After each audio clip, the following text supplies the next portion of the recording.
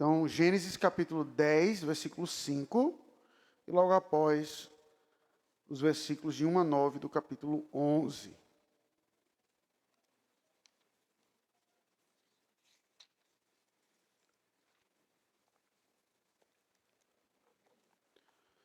Preste bem atenção na leitura da inerrante palavra do Senhor que nos diz: Estes repartiram entre si as ilhas das nações das suas terras, cada qual segundo a sua língua, segundo as suas famílias, em suas nações. Capítulo 11.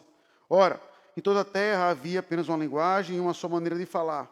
Sucedeu que, partindo eles do Oriente, deram com uma planície na terra de Sinar e habitaram ali. E disseram uns aos outros: Vinde, façamos tijolos e queimemo-los bem.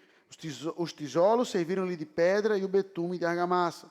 Disseram-lhe: Vinde, edifiquemos para nós uma cidade e uma torre, cujo topo chegue até os céus, e tornemos célebre o nosso nome, para que não sejamos espalhados por toda a terra. Então desceu o Senhor para ver a cidade e a torre, que os filhos dos homens edificavam. E o Senhor disse: Eis que o povo é um, e todos têm a mesma linguagem. Isto é apenas o começo. Agora não haverá restrição para tudo que intentam fazer. Vinde, desçamos e confundamos ali a sua linguagem, para que um não entenda a linguagem de outro. Destarte, o Senhor dispersou dali pela superfície da terra e cessaram de edificar a cidade. Chamou-se-lhe por isso o nome de Babel, porque ali confundiu o Senhor a linguagem de toda a terra, e dali o Senhor dispersou por toda a superfície da terra. Amém. Vamos orar? Santo Espírito de Deus, nós te imploramos a iluminação, ó Pai, para entender essa palavra, para entendermos as implicações e aplicações dela na nossa vida. Um texto tão conhecido, ó Pai, tão direto, e que possamos, então, cada vez mais confiar no Senhor e na Tua palavra, e não na nossa própria linguagem. Tem misericórdia, portanto, de nós, e em Cristo Jesus, o nosso Senhor, que nós oramos. Amém.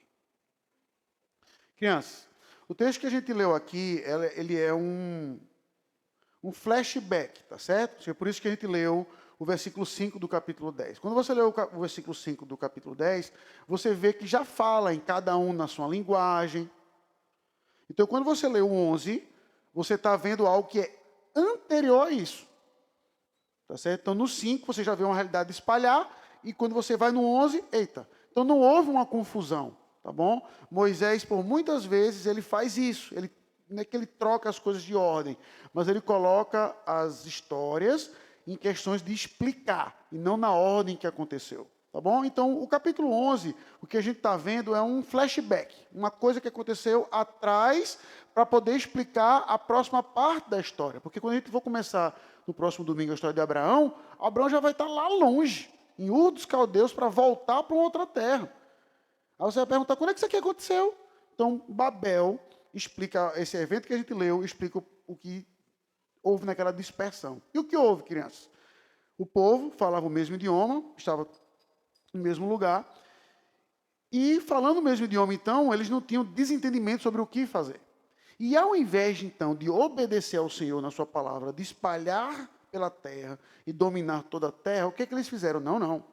Vamos ficar aqui, debaixo do mesmo lugar. Vamos fazer uma cidade e uma torre que atinja até os céus, com dois propósitos, como ele vai dizer aqui no versículo 4, para que o nome deles fosse célebre por toda a terra. Então, ou seja, você vê aí, crianças, algo que é até estranho. Eles não queriam se espalhar pela terra, mas queriam que o nome deles fosse conhecido em toda a terra. Tá? E a segunda coisa é que, como vai dizer, para que a gente não se espalhe, ou seja, para que a ideia de ficar ali todo mundo junto, protegido. Só que aí, crianças, tem algo nesse texto que talvez você ainda não perceba, tá?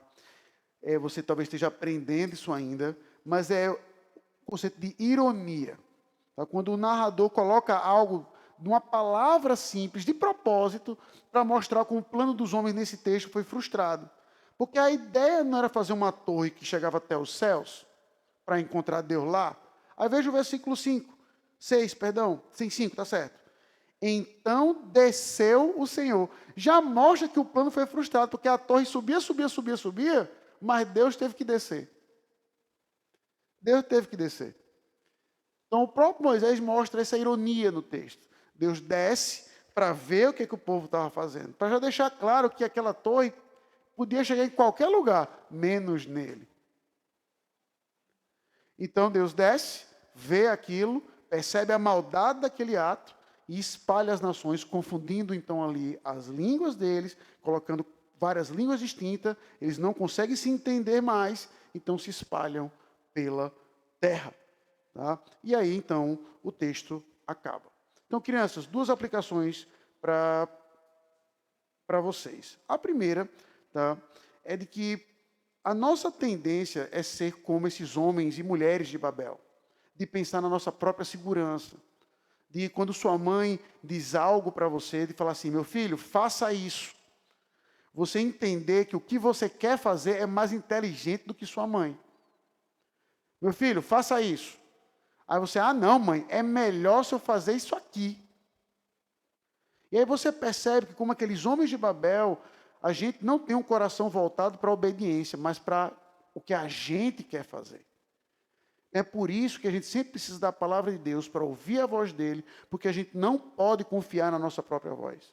A gente, criança, sempre vai querer o que é melhor para a gente, por natureza. Porque a gente é egoísta, porque a gente é pecaminoso. A gente não vai querer servir. A gente vai querer o que eu quero o meu nome ser conhecido, eu quero ser o melhor, eu não quero dificuldades. Então é por isso que a palavra de Deus vem exatamente nesse caos. A gente tem medo quando exposto a ela, mas é para que a gente não peque, para que a gente possa conhecer a vontade do Senhor. E aí é que entra a segunda aplicação. Quando você então conhece a palavra do Senhor, você é capaz de viver o único idioma do Evangelho. Ou seja, quando a gente tem um só Deus, um só Senhor e um único mediador, um irmão seu que mora no Japão, na Austrália, na Inglaterra, não importa. Ele fala o mesmo idioma que você. Ele vai ter o mesmo código de moral, ele vai ter o mesmo senso do que é certo ou errado, porque ele vai ter o mesmo Salvador, o mesmo Senhor, que é Cristo Jesus, como se revela em sua palavra. Então hoje, crianças, você talvez esteja aprendendo inglês e espanhol na sua escola, o que é ótimo, aprenda. Mas mais do que isso, aprenda a linguagem do Evangelho, que é a linguagem universal para você mostrar ao mundo que só existe um Senhor, a única maneira de ser salvo e de andar conforme a vontade dEle. E essa linguagem você pode falar em português, inglês, não importa. Vários idiomas que não trazem agora mais dispersão, mas união por causa de Cristo Jesus. Que esse idioma, então, do Evangelho esteja na ponta da língua de vocês e que vocês vivam por ele. Que Deus os abençoe. Irmãos, o texto que nós vemos aqui, como eu expliquei para as crianças, ele é um flashback. Tá? Ou seja, se você está lendo Gênesis em ordem, Gênesis 11 já aconteceu. Tá? E o versículo 5 do capítulo 10 deixa isso muito claro. Quando vai dizer cada um conforme sua linguagem. Tá? Então, o que você está lendo aqui é algo que Moisés não tem dificuldade em fazer, que é contar uma história que ela não está necessariamente na sua cronologia, mas apenas para explicar um evento. Tá certo? Então, um exemplo disso, nós até já vimos, que é o próprio capítulo 2 de Gênesis, quando ele vai ali dar uma olhada um pouco mais profunda no sexto dia. Então, quando você lê Gênesis 1, até o início do capítulo 2, na verdade, você vai ver lá até o sétimo dia. Aí, quando começa a formação do homem, Moisés está voltando. Ele não está olhando para um oitavo dia, para uma segunda criação. Então, Moisés ele não tem dificuldade de contar histórias, de apresentar histórias, que elas sejam explicativas de eventos. Então, você vai ver no 10, todo o espalhar do povo, tá? E no 11, o como aconteceu, qual foi o gatilho, qual foi o evento que isso se deu. Tá? Então, o evento se deu como? O versículo 1, então, vai dizer o quê? Que em toda a terra havia apenas uma linguagem e uma só maneira de falar. Tá? Se você perguntar a um judeu, ele vai dizer, era o hebraico. Não sabemos. Tá certo? Não sabemos de hipótese alguma qual era esse idioma. Apenas o que o texto vai dizer, que todos falavam a mesma língua. Não havia falta de entendimento.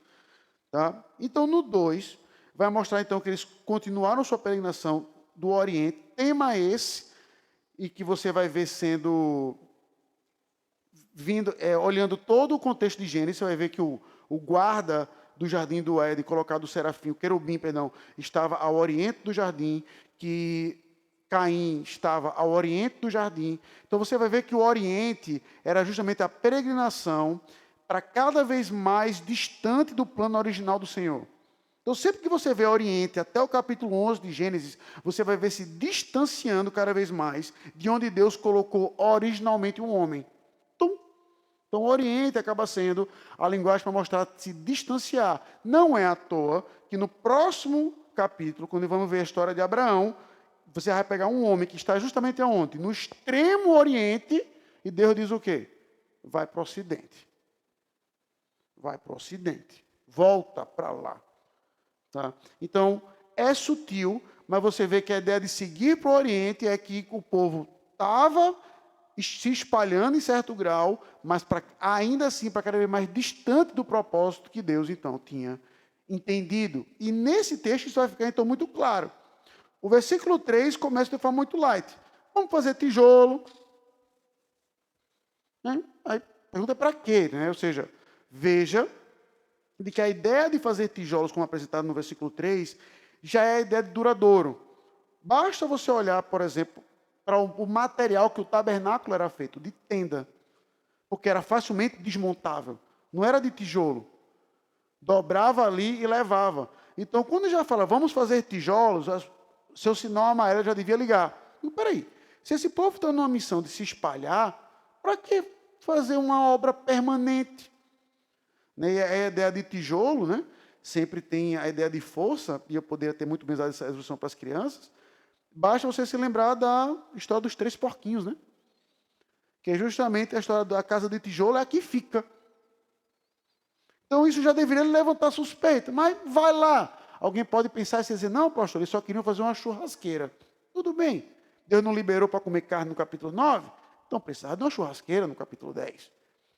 No 4, fica claro que não era uma churrasqueira que eles queriam fazer. Certo? Como o texto vai dizer, vamos fazer uma cidade. Então veja que a ideia do tijolo era para 2 coisas. Fazer uma cidade e fazer uma torre. Então eram 2 edificações distintas, com 2 propósitos distintos. O primeiro, tornar célebre o nosso nome, e o segundo, para que não sejamos espalhados por toda a terra. Então, a ideia da torre era ser algo em homenagem a eles mesmos. Olha aqui, essa lapa de torre bonita. Olha como o nosso nome agora vai ser conhecido. E a ideia da cidade, como até os próprios livros de história vão mostrar isso, né? Era a ideia de todos na polis, na mesma cidade, para ter um aspecto de proteção e organização também. Só que veja que ambos os propósitos dessa torre e desta cidade fugiam àquilo que Deus mandou. O propósito era que o povo deveria espalhar a terra, não ficar sobre o mesmo lugar. E que o nome de Deus e não o nome deles fosse glorificado. Então você sabe que aquela aparente unidade que você vê no versículo 1, de todos tendo o mesmo idioma, só estava sendo usado de combustível para eles pecarem, ou seja, a união que estava levando à desgraça. Então, no 5, você vai ver justamente a ironia do fato. Porque se no 4 vai dizer que eles queriam fazer uma torre para chegar até os céus, né, Deus poderia dizer assim, chegando o homem na altura tal, Deus se mostrou a eles e disse, rapaz, conseguiram, agora desce. Poderia. Até para ter um efeito didático, rapaz, parabéns, vocês conseguiram. Agora desce. Mas não. O texto, Moisés, com muito brilhantismo e com ironia genial, vai dizer, então desceu o Senhor. Ou seja, os homens lá fazendo uma torre para chegar até o céu e Deus desce para ver o que aqueles homens estão fazendo. Ou seja, pastor, mas espera aí, Deus não é onipotente, Deus não é onisciente, ele precisa descer para ver, é óbvio que não. É por isso que Moisés usa desse tom. Você vê que essa linguagem de descer, aparecer, é usado desde Gênesis capítulo 3 em particular. Onde Deus está sempre ali, presente da sua criação. E não é distante aqui, não é diferente aqui. Então a ideia não era que Deus ele precisava descer para ver o que algo estava acontecendo alheio à sua vontade. mas uma maneira do autor colocar algo em escrita para mostrar a tolice daquele evento. Então o Senhor desce para ver o que os homens estavam fazendo. E aí você vê então no versículo 6, mais uma vez Deus falando consigo mesmo. Você tem acesso a uma informação privada, né, vamos assim dizer, e privilegiada. Você vê Deus falando consigo mesmo, quando ele vai dizer, eis que o povo é um, e todos têm a mesma linguagem, isso é apenas o começo. Agora não haverá restrição para tudo o que intentam fazer. Veja, quando você lê o versículo 6, parece que a gente tem um Deus malvado. Rapaz, vamos aqui restringir o homem. Ele não pode fazer tudo. Do jeito que está escrito aqui, a impressão que pode lhe passar é essa. Rapaz, esse Deus aí, ele é mau, ele não quer que o homem desenvolva. Ele quer colocar entraves ao ser humano. E não é. O que fica claro desde o versículo 1 é de que Deus quer que o homem o obedeça. Ele já tinha dado ao homem todo o potencial de submeter toda a criação. O próprio Deus disse, a criação vai ter medo de você, vai lhe temer. Agora, o que ele percebeu é que se o homem tivesse todos o mesmo idioma, como já fica claro por essa narrativa, eles iam se unir para fazer o mal. Como a sua sábia mãe ou sua sábia avó já tinha lhe dito. Vocês se juntam só para fazer bobagem, né? Para fazer coisa boa ninguém se junta. É só você ver criança brincando em playground de shopping. Muitas não sabem nem falar. Mas se junta duas ali, meu filho. Você sabe que bobagem vem? Então, essa é a ideia. Quando Deus faz isso, ele está justamente preservando. O empecilho que aqui é colocado é para que, o homem possa obedecer a sua ordem como deve. 2, para preservar o homem de se unir apenas para fazer o mal e, portanto, só sofrer o juízo divino. E um terceiro motivo que vai ficar claro no Novo Testamento, que a gente vai ver melhor na aplicação, que é mostrar que todo idioma, não importa qual, vai voltar a um idioma só e reconhecer que Cristo é o Senhor. Então, o propósito de Babel ele não é apenas limitado ao contexto da narrativa, mas é algo que vai além dessa passagem, chegando até o Novo Testamento, como o texto de Atos 2, que nós lemos, por exemplo. Então, Deus, como o texto vai dizer, confunde a linguagem no versículo 7, onde cada um não podia se entender. Você imagina, então, como deveria ser o caso. Eu posso ilustrar isso de um jeito muito simples. Né? Meu pai, há muito tempo ainda vivo, ele viajou, uma viagem organizada pela igreja, lá de um congresso de missões para a Escócia. Né? E meu pai, na época, não falava quase nada de inglês. Né? O congresso, a parte dele é sem português, e ficar na casa de um escocês. Eu perguntei para ele, aí pai, como é que foi lá? Quando ele voltou, eu disse, meu filho, eu só lembro que teve uma noite que eles estavam precisando de uma extensão. Ela disse, e a gente sabia como era extensão em inglês? Aí a gente chegou para o inglês, extensão, ele ia apontando para o negócio para ver se entendia. Eu disse, pai, conseguiu a extensão? Ele, não. O senhor fez toda a muganga, apontou o que queria, mas não houve comunicação e, portanto, não houve o que o senhor que tinha. Então, você vê exatamente o problema de não falar a mesma linguagem. Tá? E aí, no 8, você vê, então, a consequência. No 7 Deus confundiu a linguagem para que não entenda. E o 8, você vê a consequência direta disso, que foi o quê? Dispersou. Só que a dispersão, irmãos, aí você volta para o versículo 5 do capítulo 10. Ela não aconteceu de forma desorganizada. A gente pensa aqui, então, quando você lê o versículo 8, você pensa, desorganizou-se, cada um foi para um lado. Só que quando você vê o versículo 5 do 10, fica claro que essa dispersão, ela foi organizada em que critério? Cada qual segundo a sua língua. Certo? Então, essa dispersão, ela não foi desorganizada. Não foi, bora, cada um para aqui. Meu amigo, eu estou falando esse idioma aqui. Então, só para fim de ilustração, estou falando inglês. Quem é que está falando inglês? Eu, bora para lá.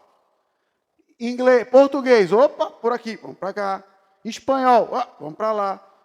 É óbvio que não foi assim, não estou dizendo que está aí a origem de cada linguagem, mas a organização foi cada um por sua linguagem. E aí no 9, você vê então uma explicação que Moisés costuma dar diante desses cenários, tá bom?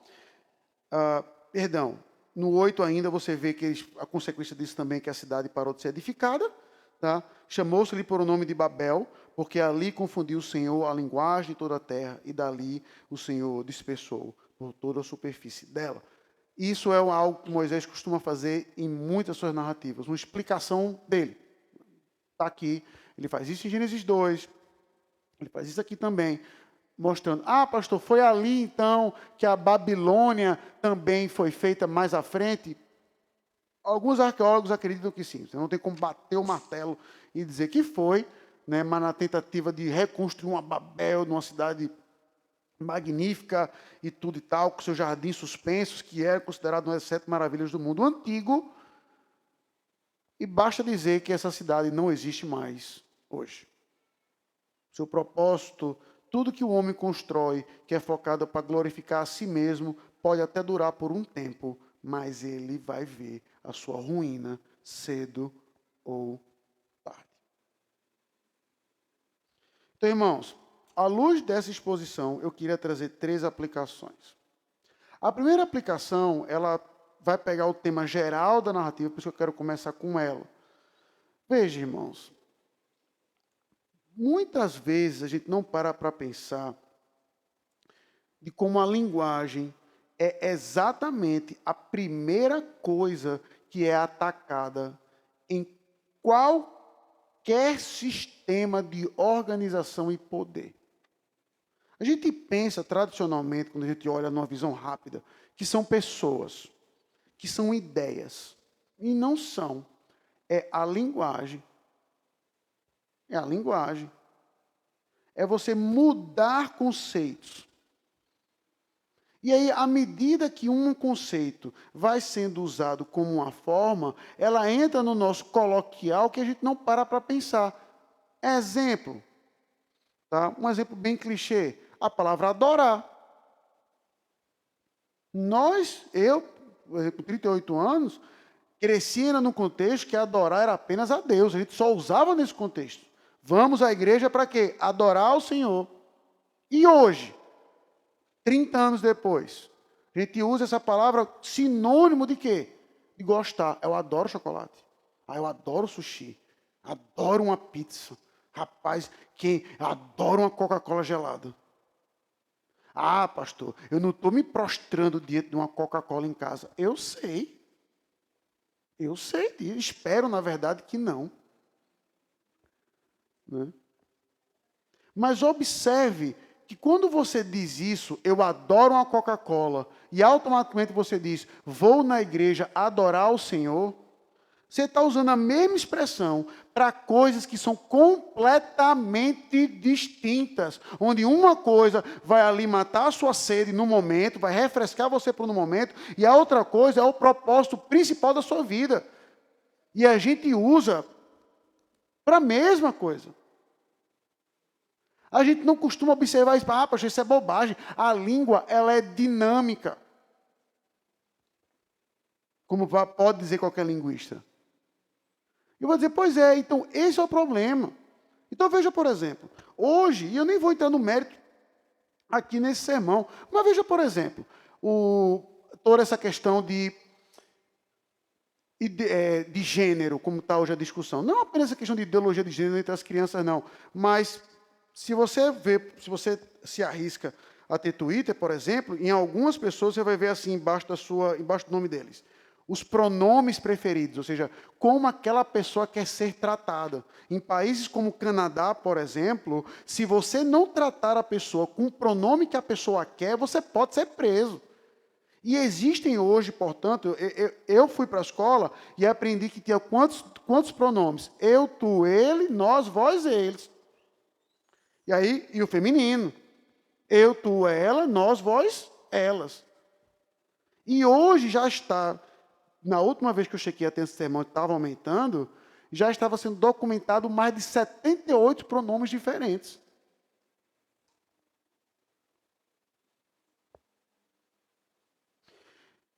Então, eu preciso, então, aprender os 78 pronomes para perguntar qual o pronome que você quer ser tratado. E se a pessoa criar um novo, lascou.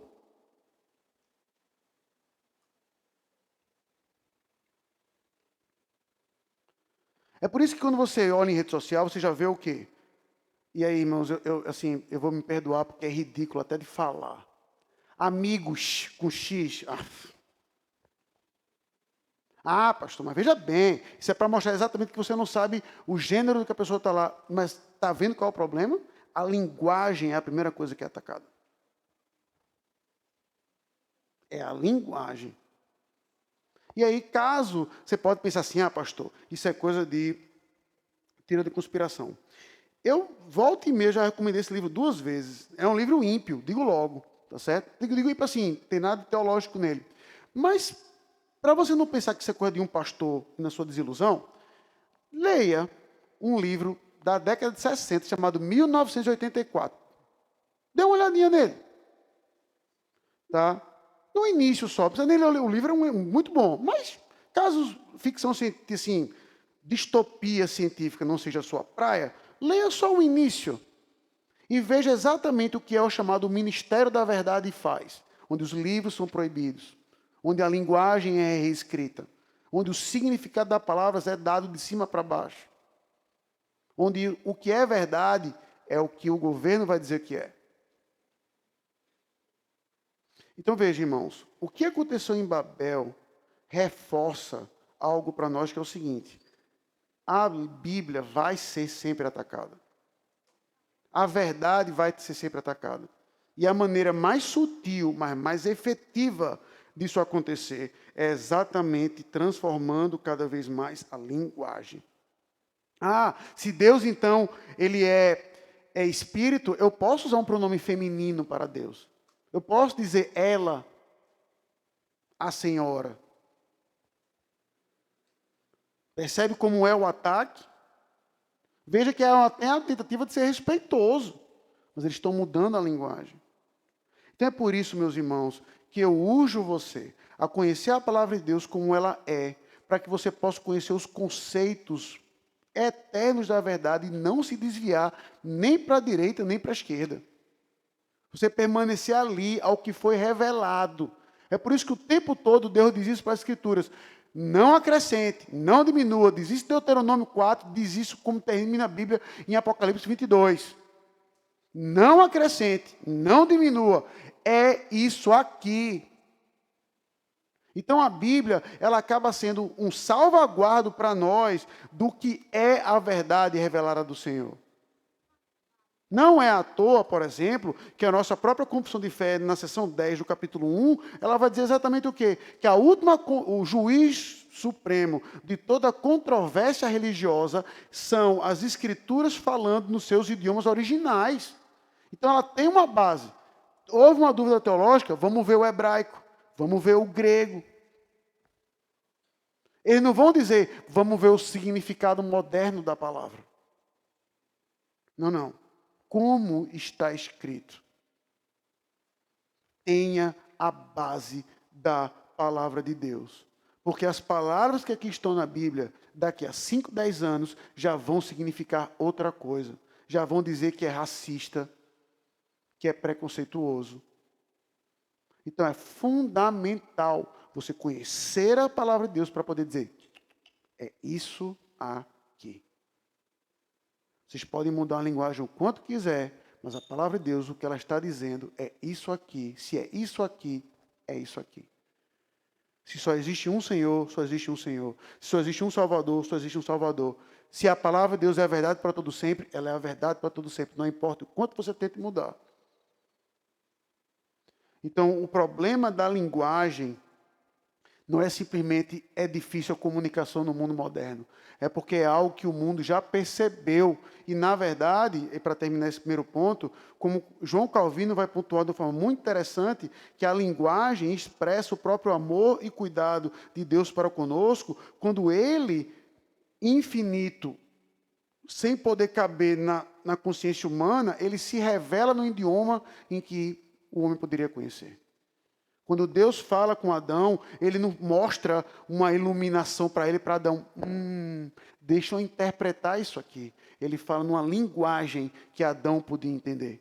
Quando Deus apareceu a Noé e diz, faz uma arca, ele não fez um desenho no céu e Noé. Rapaz, eu tive um sonho, qual?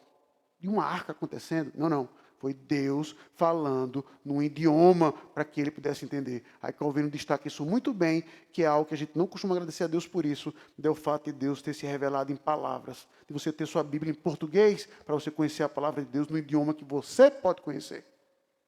Conheça a palavra de um Deus que se revelou através da linguagem para você. Segunda aplicação. Veja, irmãos, o raciocínio de Babel ali é algo que eu e você, a gente faz o tempo todo. O tempo todo. Que é qual? Rapaz, Deus mandou eu fazer isso. Mas isso aqui é melhor? Eu fazer isso aqui é melhor, mais proveitoso. Eu vou ganhar mais dinheiro. Eu vou ganhar mais tempo para estudar. Eu sei que Deus mandou eu ir para a igreja todo domingo, não deixar de congregar. Mas qual é o problema de eu ficar um ano sem frequentar a igreja para estudar para um concurso? Como volta e meia esse argumento. E a pessoa chegou para mim e disse, não, pastor, olha, eu vou passar uns 6, 7 meses sem vir para a igreja, viu que eu estou estudando para um concurso, mas aí o lado bom é que se eu passar no concurso, meu dízimo vai ser maior. Aí eu disse, pô, eu tenho uma proposta para você. Dê seu dízimo menor, mas venha para a igreja. Aí ele ficou olhando para mim e digo, isso mesmo. Diminua seu dízimo, mas venha para a igreja todo domingo. Pode ser?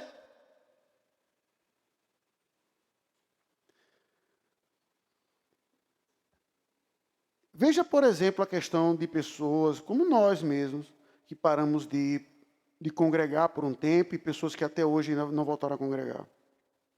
Eu tenho minha consciência tranquila e já preparada para a ação quando eu disse para o conselho o seguinte. Eu falei assim, irmãos, o problema da falta de congregar-se, ele não vai acontecer esse ano, não. Vai ser entre julho e agosto de 2021. Pode anotar. As consequências de uma vida distante do Senhor e da vontade do Senhor. Vai se dar lá, não vai se dar agora, não. Vai ser entre julho e agosto de 2021. Pastor, o senhor pode estar errado. Pense num homem que ora todo dia para estar errado nessa matéria, sou eu. Mas preparado para isso eu estou.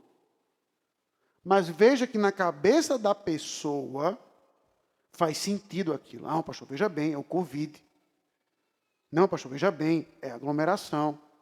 E aí, não apenas aqui, há tudo. Há tudo. A gente olha para a palavra de Deus que diz, faça isso. E a gente, por medo, como foi o caso do povo no Êxodo. Veja, o povo estava ouvindo Deus falando no meio de uma montanha, pegando fogo, como a gente viu, como a gente leu aqui rapidamente em Êxodo 20. Aí o povo teve a reação que a gente teria também. O povo teve medo e disse, Moisés, fala tu, e não deu. Isso. Fala tu e não deu, porque isso aqui dá medo na gente. Aí Moisés fala, não temas. Isso aqui foi dado para que você não peque. Então a palavra de Deus nos foi dada como tantos objetivos para que a gente viva uma vida sem pecado. Só que a gente olha para a palavra de Deus que diz, é isso aqui, vai dizer, mas isso aqui é tão datado, né? É melhor eu fazer isso aqui. Ah, Deus prescreveu a adoração do jeito que Ele quer. Mas, pastor, isso é muito arcaico, muito antigo. É mais efetivo nós fazermos isso. É o que eu sempre brinquei, é o que eu sempre digo, irmãos. Se eu fosse pensar estritamente em efetividade, vamos ser efetivos. Tá? Era muito mais prático para mim, então, por exemplo, chegar aqui todo domingo, irmãos, vamos ouvir a palavra do Senhor. Baixar isso aqui e colocar o reverendo Augusto Nicodemos pregando. Pronto. O homem prega melhor do que eu, mais inteligente do que eu, é mais efetivo do que eu, ou não é não? Eu vou ouvi-lo. Mas porque domingo após domingo você me vem insistindo pregando aqui? É para eu tentar provar algo para mim? Não. É porque é o que eu tenho que fazer, é o certo. Não é porque é o mais efetivo. E aí a gente percebe que o que a gente esconde atrás da efetividade é o louvor próprio, como Babel, porque isso me agrada, porque o meu nome vai ser conhecido, porque eu vou ganhar uma promoção, porque eu vou ganhar reconhecimento, porque eu vou ficar em casa para fazer almoço para minha família. Escolha o motivo. Você sempre vai ter uma desculpa como Babel. Como Babel é mais seguro. É melhor a gente ficar todo mundo junto aqui. Mesmo que aquilo desobedeça diretamente o que o Senhor mandou. Então, meus irmãos, eu preciso, nessa aplicação, lhe lembrar de uma coisa. Sempre que você faz algo que você sabe que Deus mandou você fazer, e você faz o oposto por entender que é melhor, mais efetivo, você está por sua conta e risco. Por sua conta e risco. Se lembre das palavras do apóstolo Paulo em Efésios. Gálatas 6. De Deus não se zomba. O que o homem planta, ele colhe. Então, se você entender, é melhor eu fazer isso, é melhor não vir para EBD. Eu posso aprender em casa. E é mais na frente, dizer, mas pastor, minha vida espiritual no class, eu estou assim. Está aqui. Nós precisamos ser obedientes à palavra do Senhor e não fazer o que o nosso coração deseja. Se a gente se afasta, é como Babel que nós procedemos. É para a nossa própria glória e não para a glória do Senhor. Por fim, como última aplicação. Veja, irmãos, o texto acaba mostrando exatamente o povo se espalhando. E aí todas as histórias bíblicas vão se decorrer disso. Passada toda a revelação, você vai ver então um texto como Atos 2, que nós lemos no início aqui. Em que você vai ver mais de 10 idiomas ali. E aqueles homens reunidos começaram a falar o mesmo idioma, ou seja, eles estavam falando e assim, rapaz, a gente está ouvindo dos poderes de Deus na nossa língua. Então, o que você vai ver em Atos 2 é o oposto do que acontece em Babel. Em Babel, o povo foi espalhado para cumprir a vontade de Deus. Em Atos 2, você vai ver que o povo que se espalhou agora pelo mundo inteiro, ou seja, quando você vai pegar o mapa daquelas pessoas que estavam ali em Babel, em Atos 2, em Jerusalém, você vai ver exatamente que estava o mundo conhecido daquele tempo, de Roma ao Egito. Estava o mundo inteiro lá, ou seja, estava o prédio das Nações Unidas, que fica em Nova York, uma das sedes. Estava lá, em Atos 2. Mas pelo poder do Espírito Santo, todos ouviram, no seu idioma, a mesma verdade do poder do Senhor. Veja, irmãos, você pode nunca aprender qualquer outro idioma. Inglês, francês, alemão. Você pode até nunca aprender. Você pode até dizer assim, pastor, eu nem português falo, eu falo é piauiense. Deus o abençoe. Deus o abençoe. Mas a partir do momento em que você é fiel ao Senhor, conhecendo Ele na sua palavra, como Ele se revelou, você vai ser capaz de, na sua vida, mostrar que você não vive para si, mas para a glória daquele que o chamou. Que você não vive para o seu próprio interesse, mas para o Senhor. Que o idioma da sua vida e as suas palavras vão expressar que Jesus Cristo é o único e verdadeiro Senhor. Verdade essa, como vai mostrar toda a Bíblia, que todo joelho um dia vai se dobrar e vai dizer, só Jesus Cristo é o Senhor. Toda a língua, todo o povo, toda a nação, não importa quantos idiomas tenham, não importa quantas nações tenham, ou seja, a ONU reconhece mais de 200 e tantos países. Pois bem, são mais de 200 e tantos países, mais de 500 idiomas que existem, e todos esses idiomas vão dizer a mesma coisa, que só Jesus Cristo é o Senhor. O Evangelho é maior do que qualquer idioma, porque aponta para aquele que criou os idiomas para a sua vontade, que é Cristo Jesus. E a partir do momento em que nós vivemos à luz do Evangelho, pelo Evangelho, para a honra e para a glória do Senhor, nós podemos, por exemplo, ter atos comuns, não importa onde. Está aqui um exemplo tácito disso. A ceia do Senhor, onde o que vai ser celebrado aqui, você pode ir para qualquer lugar do mundo. Talvez tenha aqui uma diferença aqui e acolá na forma como a ceia é celebrada. Mas você vai ver o pão partido, o vinho, o pregador partindo o pão.